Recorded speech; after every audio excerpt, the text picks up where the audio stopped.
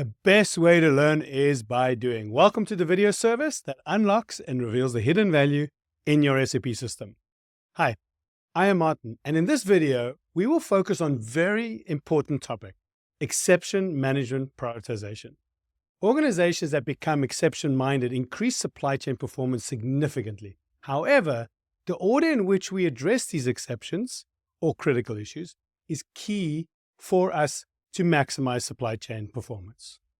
Christy, this is a good topic. Help us out here. Absolutely, Martin. Exception management prioritization via the exception monitor is a game-changing, dare I say, life-changing feature when used correctly. And in this demonstration, I'm going to focus on three critical things. The first is standard definitions of the exception message assignment to exception message groups. Tips for how to prioritize a material planner's review of their exception messages. And lastly, how to respond to the prioritization. It's about way more than that particular exception message.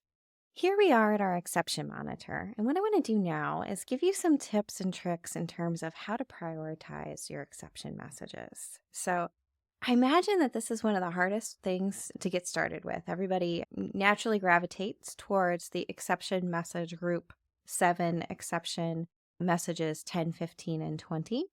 But I want to highlight some other ones for you today. So if you're ever looking for the list, it's really easy to get to it. You just click on the little information icon next to exception groups, and it's going to pop in and give you the description.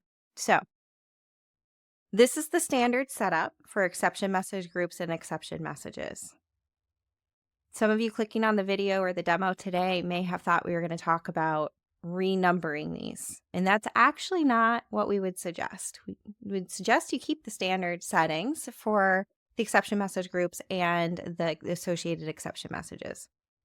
And that's because they're already grouped in a logical fashion. So the things that are related to one another are sitting in the same exception message group, and that actually helps you move through the prioritization of the exception messages.